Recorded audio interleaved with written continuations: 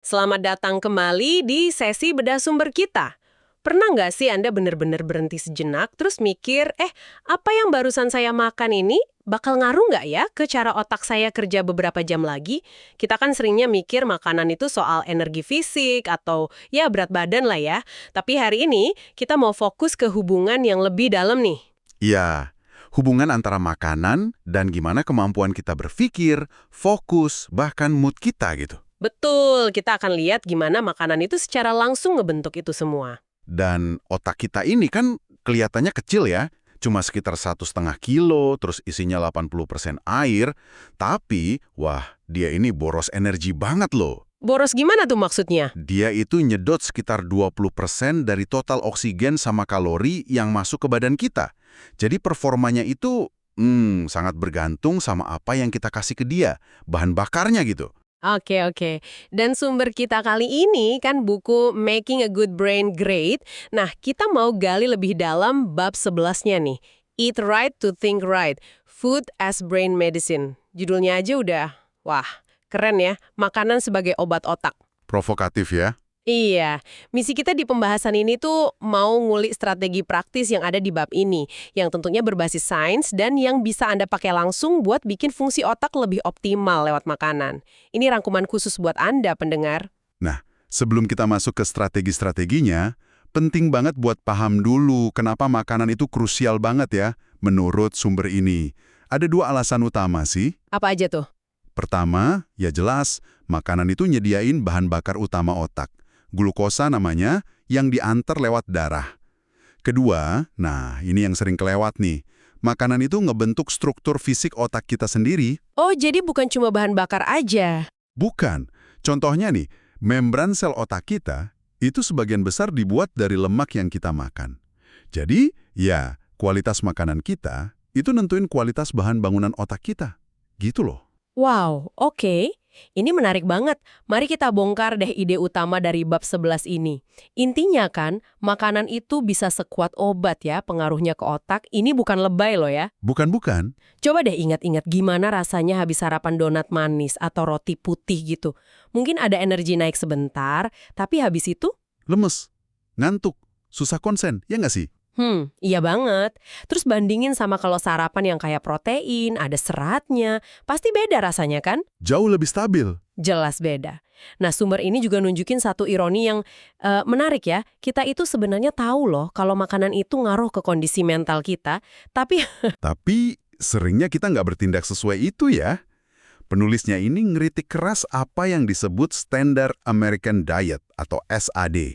Itu loh pola makan yang tinggi karbo olahan, lemak jahat, sama kalori kosong, minim nutrisi penting buat otak. dan sayangnya itu diadopsi di mana-mana ya. Sekarang bukan cuma di Amerika aja. Iya, udah global kayaknya. Dan sumber ini juga nyebutin soal bombardir iklan makanan gak sehat. Oh iya, tawaran upsize, minuman, tambah kentang goreng, paket hemat yang isinya ya gitu-gitu aja. Kita kayak didorong terus buat makan lebih banyak makanan yang justru ngerugiin fungsi otak kita. Susah juga ya lawannya. Benar. Nah, untungnya setelah nunjukin masalahnya, sumber ini ngasih solusi konkret. Ada 10 strategi nutrisi nih yang bisa kita terapin. Kita mulai dari yang paling dasar dulu kali ya. Boleh. Strategi nomor 1. Mungkin kedengaran klise ya, tapi ini penting banget. Tingkatkan asupan air. Kenapa ini nomor 1? Ingat tadi, otak kita itu 80% isinya air. Nah, itu dia. Dehidrasi ringan aja yang sering kita nggak sadar, itu udah cukup buat micu keluarnya hormon stres, kayak kortisol. Terus efeknya apa kortisol itu? Nah, kalau kortisol tinggi terus-terusan dalam jangka panjang, itu bisa ngerusak area otak yang penting buat memori, hipokampus namanya. Jadi, minum air itu penting banget buat jaga otak. Oke. Berapa banyak tuh dianjurkannya? Babbit nyaranin target minimal 84 ons. Itu sekitar 2,5 liter lah air per hari. Lumayan banyak sih, jadi emang perlu usaha sadar buat nyukupin. Gimana caranya biar gampang nyapainya? Air putih jelas paling bagus ya. Tapi biar nggak bosen, bisa divariasiin. Misalnya bikin infused water pakai irisan lemon, timun, atau daun mint gitu. teh herbal yang tanpa kafein juga oke. Oh ya, sumber ini nyebutin teh hijau secara spesifik. Selain hidrasi, teh hijau kan ada L-theaninnya. Itu bagus buat relaksasi mental. Nah, tapi ada catatannya nih. Minuman berkafein kayak kopi atau teh hitam, itu kan sifatnya diuretik ya. Betul. Artinya malah bisa narik cairan keluar dari tubuh. Jadi asupan kafein nggak bisa dihitung masuk ke target 2,5 liter air murni tadi ya. Harus air beneran atau yang menghidrasi lainnya. Paham, paham. Lanjut ke strategi kedua. Ini soal kalori. Batasi kalori, tapi secukupnya. Maksudnya gimana nih? Ya, sumber ini emang nyinggung sih soal hubungan antara pembatasan kalori sama umur panjang dan kesehatan otak di beberapa riset. Tapi fokus utamanya tuh bukan nyuruh kita ngurangin kalori secara ekstrim. Terus gimana? Lebih ke kualitas kalori yang kita makan. Jadi, apa yang kita makan itu jauh lebih penting daripada sekedar ngitungin angka kalorinya doang. Oke, di bagian ini penulisnya cerita pengalaman pribadi ya, biar lebih relatable gitu. Iya, dia cerita kakeknya kan pembuat permen, terus ibunya jago masak masakan Lebanon yang enak banget.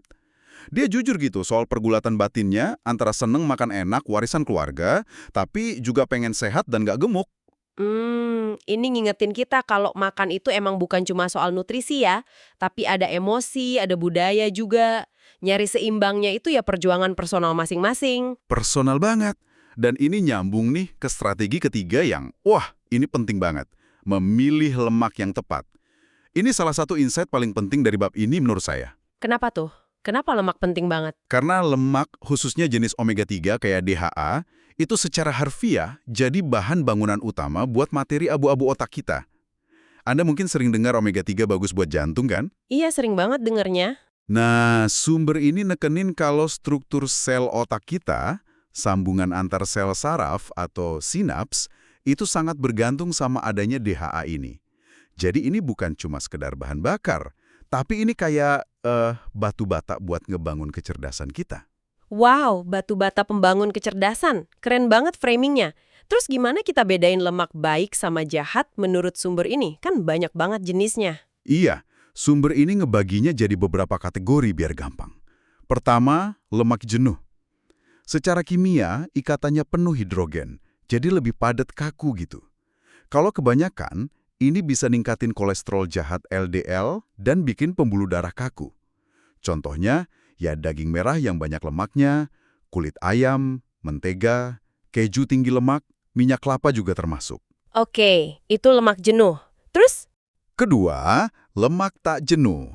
Nah, ini ikatannya nggak penuh hidrogen, jadi lebih fleksibel. Ini cenderung lebih bagus buat jantung dan otak. Ada dua jenis utama lagi nih. Monounsaturated fats atau MUFA, ini dianggap paling oke karena bisa nurunin LDL, tapi juga naikin kolesterol baik HDL. Sumbernya kayak alpukat, kacang almond, mete, pistasio, minyak zaitun extra virgin, minyak canola. Polyunsaturated fats atau PUFA, ini juga nurunin LDL, tapi kadang bisa sedikit nurunin HDL juga. Nah, omega-3 masuk ke sini. Dari ikan berlemak, salmon, sarden, tuna, biji chia, biji rami, kenari. Omega-6 juga PUA, dari minyak jagung, kedelai, bunga matahari. Keseimbangan omega-3 sama omega-6 ini penting. Wah, lumayan detail ya. Terus yang ketiga apa? Yang ketiga, lemak trans. Nah, ini dia nih penjahat utamanya. Ini lemak buatan dari proses hidrogenasi minyak nabati. Bikin minyak jadi stabil, awet, tapi jelek banget buat kesehatan. Sumber ini sampai ngasih julukan Frankenfats. Frankenfats. Gampang diingat tuh. Harus dihindari banget ya berarti. Iya, sebisa mungkin dihindari. Biasanya ada di makanan olahan, gorengan yang dijual gitu.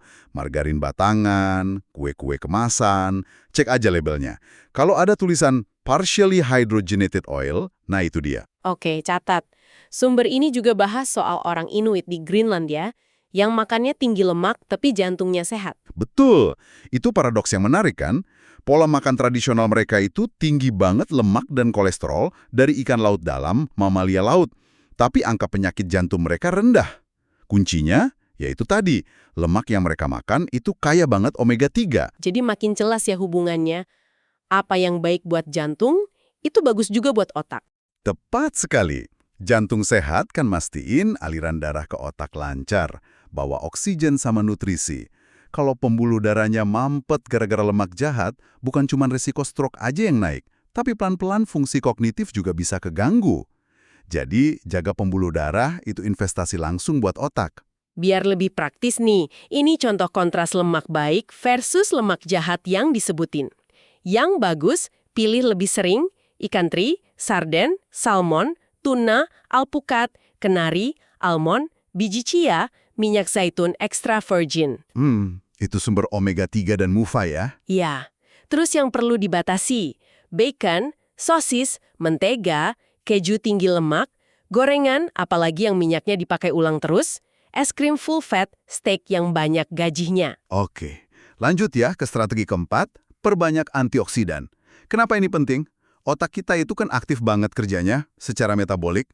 Nah, ini ngehasilin banyak produk sampingan namanya radikal bebas. Radikal bebas itu kayak apa sih? Gampangnya, itu kayak karat buat sel. Bisa ngerusak sel-sel otak kita seiring waktu. Nah, antioksidan ini tugasnya kayak pasukan pelindung yang netralisir kerusakan dari radikal bebas itu. Wah, penting banget dong. Dapatnya dari mana antioksidan terbaik? Sumber ini ngutip daftar dari USDA nih, soal makanan paling tinggi antioksidan. Juaranya itu buah beri, terutama blueberry liar. Wah, itu sering disebut brainberry. Terus ada blackberry, cranberry, strawberry, raspberry. Oh, keluarga beri ya. Selain itu? Sayuran juga banyak, kayak bayam, kale, brokoli, artichok. Buah lain kayak alpukat, jeruk, anggur merah, ceri juga masuk daftar. Pesan utamanya sih gampang, makanlah pelangi. Maksudnya makan pelangi?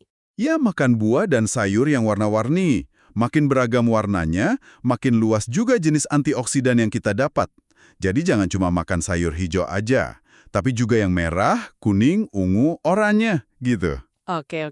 Eat the rainbow. Sip. Lanjut ke strategi kelima, ini soal keseimbangan makronutrien. Protein, lemak baik, dan karbohidrat baik. Maksudnya gimana nih? Nah, sumber ini nekanin banget pentingnya ngehindarin diet yang ekstrim. Misalnya, diet yang karbonnya rendah banget sampai ngebuang buah sama sayur, itu bisa rugi karena kita jadi kehilangan serat sama antioksidan penting kan? Terus sebaliknya? Sebaliknya, diet rendah lemak yang dulu populer banget itu, seringnya malah bikin orang makan gula sama karbo olahan lebih banyak. Ujung-ujungnya malah jadi masalah gula darah, gampang capek, terus brain fog atau susah mikir gitu. Jadi kuncinya lagi-lagi seimbang ya. Sumber ini nyebut beberapa pola makan yang dianggap lebih seimbang. Kayak The Zone, South Beach, atau Sugar Busters. Gitu ya? Iya, intinya sih ngontrol jenis sama jumlah karbohidrat, sambil mastiin kita dapat protein sama lemak baik yang cukup. Nggak ada yang dieliminasi total, tapi dipilih yang berkualitas. Dan peran protein di setiap makan itu penting banget ya katanya? Penting banget. Protein itu bantu ngelambatin penyerapan gula ke darah. Jadi kadar gula darah lebih stabil, nggak naik turun drastis. Ini bantu banget buat cegah brain fog tadi. Sumber ini juga nyebut studi Keith Corners, yang nunjukin sarapan tinggi protein itu bantu ningkatin fokus anak-anak dengan ADHD. Wah, menarik. Tapi protein bukan cuma soal gula darah kan? Tadi katanya soal struktur otak juga. Tepat sekali. Ini insight penting lagi nih. Protein itu bahan baku buat bikin neurotransmitter, zat kimia pembawa pesan di otak, dan juga buat bangun struktur fisik sel sarafnya sendiri. Oh iya? Ada contohnya? Ada? Sumber ini nyebut penelitian klasik Marian Diamond pakai tikus.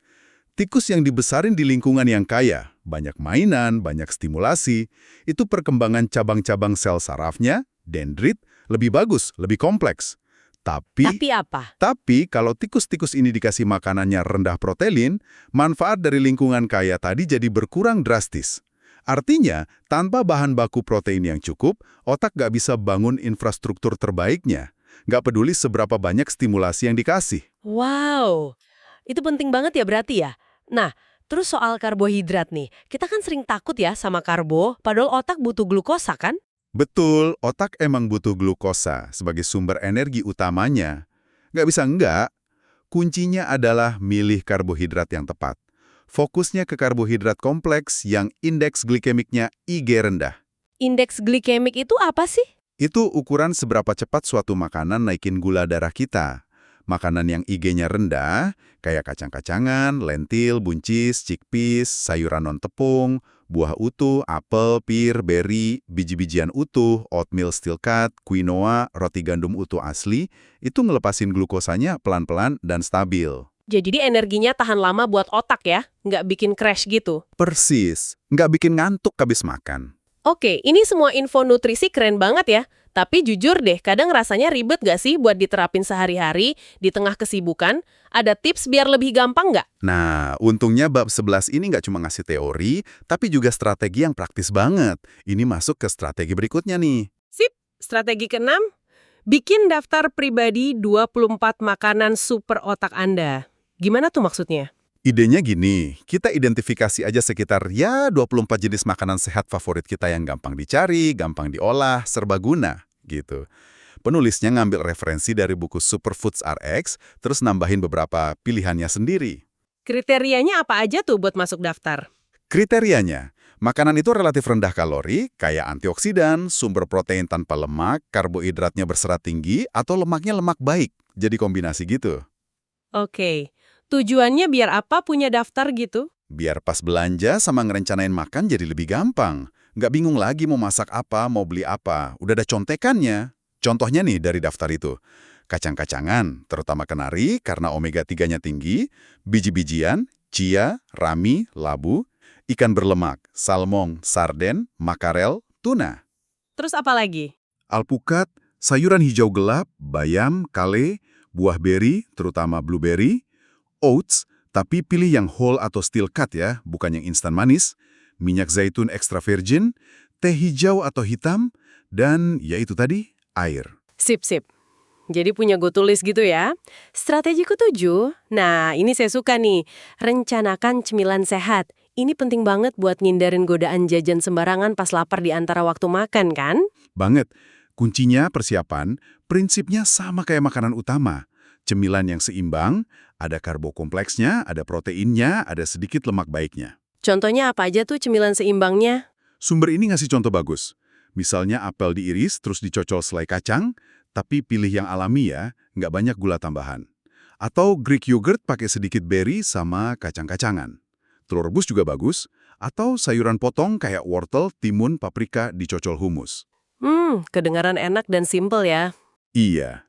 Ada juga ide buah atau sayur kering, tapi cari yang tanpa tambahan gula atau pengawet sulfur dioksida. Penulisnya nyebut merek kayak Just Tomatoes sebagai contoh yang bagus.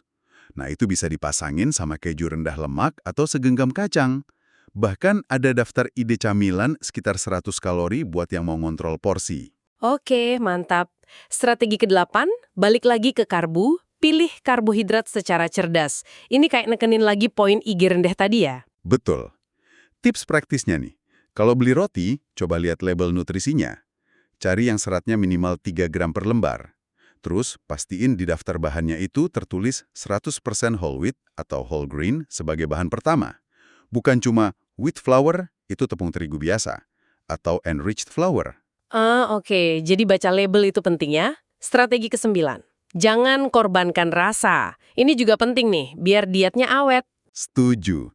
Makan sehat itu nggak harus hambar atau nyiksa lidah kok. Sumber ini ngasih contoh resep yang kedengarannya enak tapi tetap sehat. Ada Berry Decadence, isinya campuran beri beku, yogurt, sereal tinggi serat, kenari, bubuk protein whey. Wah, kayak dessert ya? Iya. Terus ada Red, White, and Blue Smoothie, isinya buah, yogurt, flax oil. Ada juga resep salad bayam yang isinya rame. Bayam, kenari, stroberi, telur, daging kalkun, alpukat, pakai dressing balsamic. Intinya, kita bisa kok eksplorasi cara masak sehat yang tetap enak. Bener banget. Dan strategi terakhir, nomor 10, ini relevan buat banyak orang. Makan di luar dengan cerdas. Nah, ini gimana nih tipsnya? Kadang susah kan kalau lagi di luar? Iya, kadang kita kejebak meeting atau lagi di jalan. Bukan berarti harus pasrah makan apa aja yang ada. Sumber ini ngasih contoh spesifik. Meskipun mungkin perlu disesuaikan ya sama pilihan restoran di sini. Tapi intinya, gimana milih opsi yang lebih baik, bahkan di restoran cepat saji sekalipun. Contohnya gimana? Misalnya, pilih ayam panggang daripada yang digoreng. Minta saus atau dressingnya dipisah, biar kita bisa takar sendiri. Tambahin sayuran kalau bisa. Pilih minumnya air putih aja daripada soda. Terus, ya, lewatin bonus-bonus kayak kentang goreng atau kue penutupnya. Oke, jadi intinya tetap sadar milih ya, cari opsi terbaik yang ada di situasi itu. Nggak harus sempurna, tapi lebih baik daripada pilihan terburuk. Betul sekali. Kesadaran itu kuncinya. Luar biasa. Rasanya kita udah tuntas ya bab 11 ini. Rangkuman utamanya jelas banget sih. Anda, para pendengar, punya kendali yang lebih besar terhadap fungsi otak Anda lewat pilihan makanan sehari-hari. Ini alat yang ampuh banget. Bukan cuma sekedar, ya bagus sih kalau dilakuin. Makanan itu beneran bisa jadi obat buat otak. Iya, kalau harus milih nih, 2 atau 3 poin paling penting buat diingat dan langsung dicoba dari obrolan kita. Pertama, hidrasi. Itu nggak bisa ditawar. Minum air putih yang cukup jadiin prioritas. Oke, hidrasi nomor 1. Kedua, kenali mana lemak temen, mana lemak lawan. Perbanyak omega-3 dari ikan, biji-bijian, kacang. Terus mufa dari alpukat minyak zaitun. Sambil kurangin banget lemak trans sama lemak jenuh yang berlebihan. Sip, lemak baik versus lemak jahat. Yang ketiga? Ketiga, kejar keseimbangan makronutrien di tiap piring kita. Usahain selalu ada sumber protein, lemak baik, sama karbohidrat kompleks. Jangan cuma salah satu aja. Prinsip keseimbangan ini penting banget ya jadinya. Nggak usah kejebak sama diet-diet ekstrim. Fokus ke kualitas sama variasi makanan utuh aja. Betul. Dan pesan terakhir nih buat Anda pendengar kami. Perubahan itu nggak harus drastis kok buat ngasih dampak. Mulai aja dari 1 atau 2 strategi kecil yang Anda rasa paling mungkin dilakuin secara konsisten. Itu bakal jauh lebih efektif dalam jangka panjang daripada nyoba ngubah semuanya sekaligus terus malah gagal di tengah jalan. Setuju banget. Small steps, big impact ya. Iya, anggap aja pengetahuan dari sumber ini kayak toolkit Anda. Pilih alat mana yang paling pas buat Anda sekarang dan mulailah bangun otak yang lebih baik. 1 gigitan demi 1 gigitan. Nah, sebagai pemikiran penutup nih, yang mungkin agak provokatif sedikit. Kita kaitin lagi yuk sama kritik sumber ini soal pola makan standar SAD sama pemaruh iklan tadi. Kan sumber tadi jelas banget nunjukin gimana lingkungan modern kita, terutama pemasaran makanan, sering banget ngedorong kita ke pilihan yang justru nggak bagus buat kesehatan otak. Bener banget. Jadi, pertanyaan refleksi nih buat Anda bawa pulang. Hari ini, pas Anda milih makanan atau minuman, coba deh berhenti sebentar. Tanyain ke diri sendiri, pilihan saya ini didorong sama kebutuhan nutrisi otak saya yang sebenarnya, atau lebih karena kena pengaruh iklan, promo, kebiasaan, rasa nyaman, atau mungkin tekanan sosial? Dalam juga ya pertanyaannya. Kesadaran sesimpel itu aja mungkin udah jadi langkah pertama yang paling kuat buat mulai ngambil alih kendali lagi. Biar kita bisa benar-benar makan tepat untuk berpikir tepat.